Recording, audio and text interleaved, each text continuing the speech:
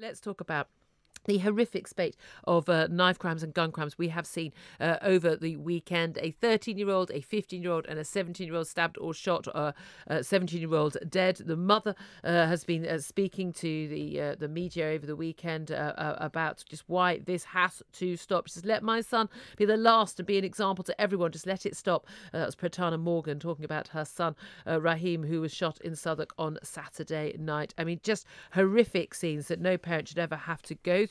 But it does appear, over analysis of recent Home Office figures carried out by the Sunday Times over the weekend, that knife crime is actually spreading out of the cities to the suburbs and the shires. They've discovered that knife crime in Hertfordshire, Warwickshire, Cambridgeshire, Hampshire, Essex and Norfolk has also almost doubled in the last 3 years. You're now more likely to be a victim of a knife attack in Bedfordshire than you are in Greater Manchester or Merseyside. Of course, all this comes after that speech on Friday by Donald Trump to the National Rifle Association, when Donald Trump criticised the extreme level of knife crime in London, comparing one hospital to a war zone and talking about blood all over the floor. Knives, knives, knives, he said. Well, let's talk about this with Norman Brennan. He's a former police officer and law and order campaigner specialising in knife crime. Thank you for joining us, Norman.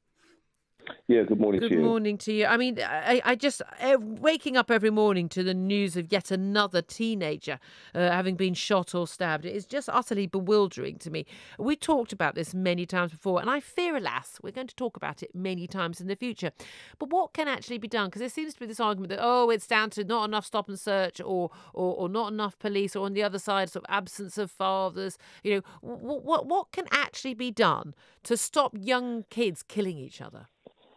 Well, it's almost got to the stage now is how long is a piece of string. I broke from the ranks as a police officer back in 2004, and with Damalola Taylor's father and a number of others, I sat down in full uniform, put my job at risk, and I said, I can see knife crime getting out of control. Sky will back it up. They filmed it for an hour. And I said that what we need is that we need mandatory sentencing, 5 years for an adult, 2 years for a juvenile. But what you do is you make sure that they actually serve that. What you need is mass stop and search. I know it's controversial, but it works.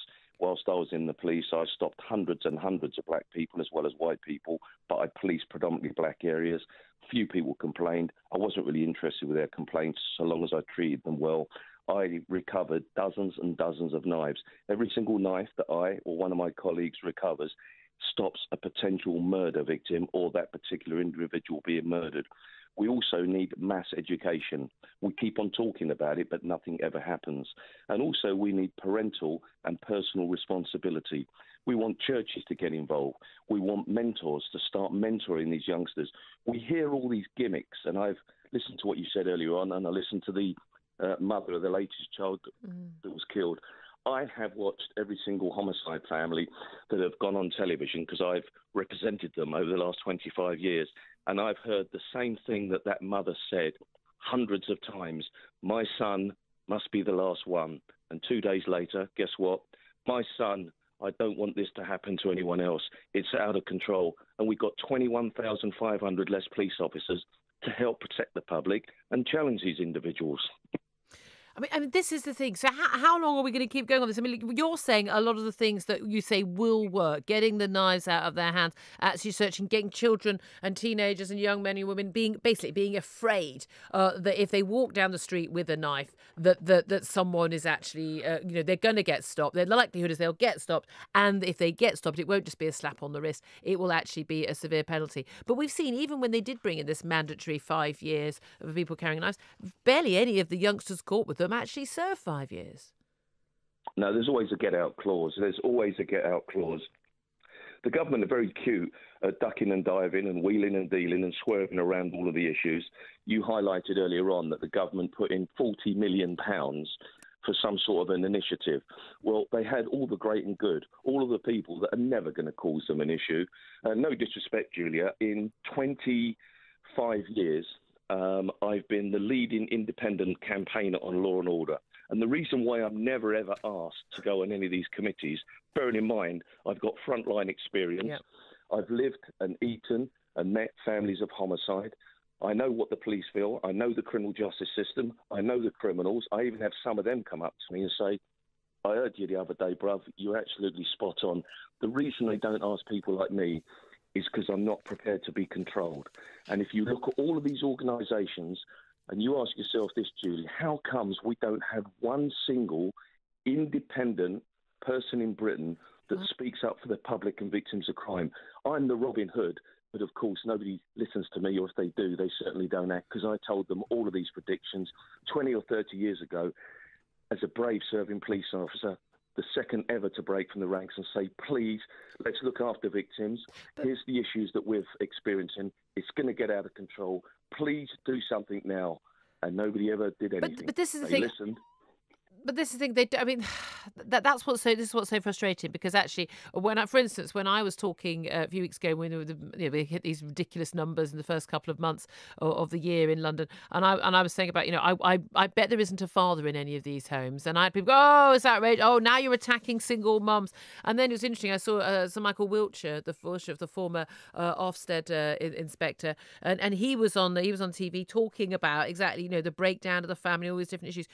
Surely, when we talk about things like stop and search, when we talk about community policing and all these other things, and cuts from the government, or whatever, I think those things all absolutely play a role. But surely the first thing we need to have is that young kids don't think that they should carry a knife, and don't want to carry a knife, whether it's for self-defense or to be one of the gang.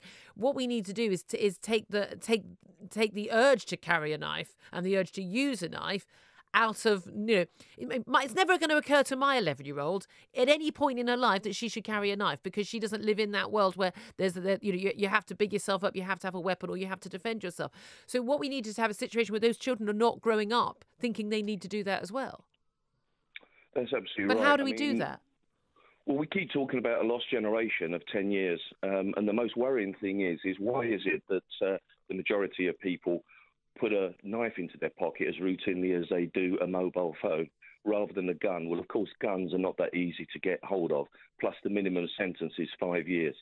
But when you swing back to the conversations you and I had many a times over the years, I used to remember when I was on a robbery squad and I was out on patrol in uniform both times, and we used to arrest robbers, young white, young black people, predominantly black youths. Used to take them home to housing estates. We used to have to leave someone with the car because someone would put a bath on top of the roof or something like that, or slash our tyres. We used to go in, knock on mum's door. There was never dad. There was 2, 3, 4 kids all around. And in the police car back to the neck, because we're humans, we are members of the public, we actually talk about things that we care about, and protection of the public, and also youngsters growing up in society. And we just dread when we just look at each other and say, I can see that individual going out and murdering someone. Because what happens is that mum has 3 or 4, 5 kids. I don't know. It doesn't matter. They're entitled to have what they want. Dad is never about. We never see dad. And what happens is as the children get older and older, 8, 9 and 10, become a little bit too much for mum. She's looking after the rest. So they go out onto the housing estates. They walk the streets. They go into different areas. They meet like-minded people, sometimes not loved like they are perhaps from their dad, and suddenly they get to form a family. That family becomes a gang. They then lose. They don't have the parameters. They don't really know what's right for wrong. They don't care what's right for wrong. They see people with nice cars, nice jewellery, and the rest of it. Suddenly, it becomes a school playground robbery, and before you know it, they're pulling out knives and guns and stabbing each other, sometimes for walking on the wrong side of the road in their borough. Yeah. We've got to address that. That's the thing. I mean, just finally, social media people have talked about as playing a big role. Indeed, this mother who spoke out was talking about her son, and he'd been in lots of videos, and it's all about getting the likes online. I was about to say on Facebook, but of course it's young kids that got nothing to do with Facebook, have they? But they're just obsessed with, with looking hard and the social media and the taunts that people have on social media. Do you think that is playing a role in upgrading all this stuff? Oh, it's certainly playing a role. It really is. I mean, what has happened, Julia, just to sort of put as a caveat to all of this, is that we've talked about the problem. We've hoped it would go away. It didn't. We've reduced the police service to such a degree now we can't adequately patrol the streets. We're fearful of even backing each other up. And what has happened is, slowly but surely, a cancer has grown. And this cancer now has grown to such a degree we're on life support. Now, we decide whether we're going to do something about this, invest financially in protecting a society, or we call the family round the bed and that'll be the end of the criminal justice system. If you think I'm joking, bearing in mind I'm one of the lead campaigners in Britain and have been for 25 years, and I've been in law and order for 39. If you don't listen to me, Julia, then I'm afraid, let's put it this way, if I'm wrong, you've got nothing to worry about. If I'm right, let's get worrying a lot more.